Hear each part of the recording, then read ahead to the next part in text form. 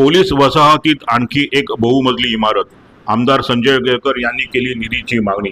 Thane police वसाहतीतील इमारतींची दुरुस्ती, हक्काची घरे आदी योजना मुख्यमंत्री तथा गृहमंत्री देवेंद्र फडणवीस यांनी आणल्या आहेत.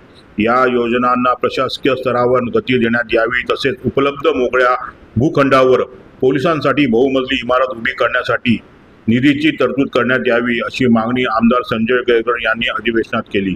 24 तास कायदा सुव्यवस्था सांभाळण्यासाठी कार्यरत असणाऱ्या ठाण्यातील पोलिसांच्या घरांचा प्रश्न आमदार संजय केळकर यांनी उपस्थित केला.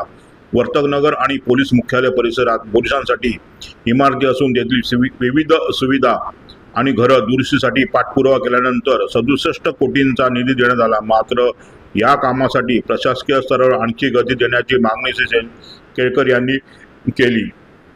अद्याप अनेक पोलिसांना या योजनेचा लाभ मिळाला नसून पोलीस वसाहतीत उपलब्ध भूखंडांवर बहुमजली इमारत उभारता येईल, त्यासाठी आवश्यक निधीची तरतूद करण्यात यावी, अशी मागणीही त्यांनी केली. या प्रस्तावाच्या निमित्ताने अनेक विषय जे आहेत ते या प्रस्तावामध्ये अंतर्भूत केलेले आहेत अध्यक्ष महोदय.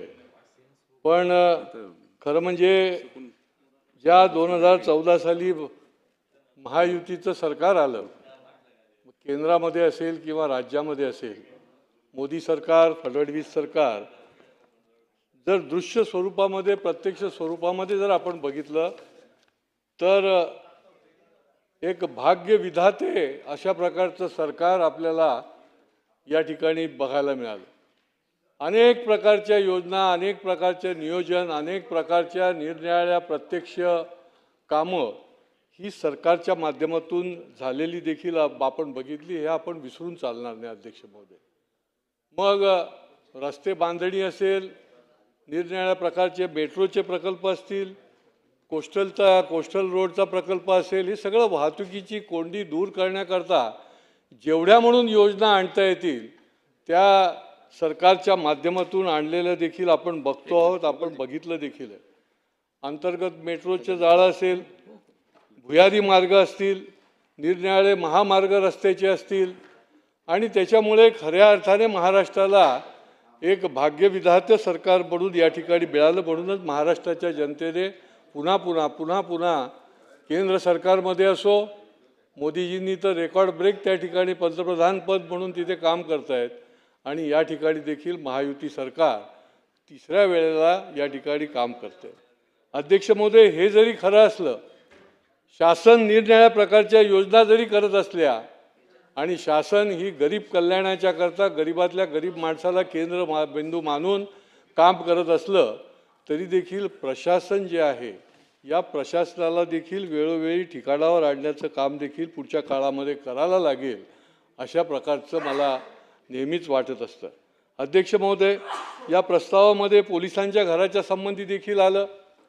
खरं म्हणजे या पोलिसांना हक्काची घरं मिळावी ह्याची भूमिका जी आहे ती फडणवीस साहेबांनी घेतली. देवेंद्र फडणवीसांनी ही संकल्पना आणली, ह्याचे आराखडे तयार केले, आणि ठाण्याला देखील वर्तकनगरच्या भागामध्ये त्या ठिकाणी हक्काची घरं मिळण्याकरता देखील त्याचा एक आराखडा तयार केला.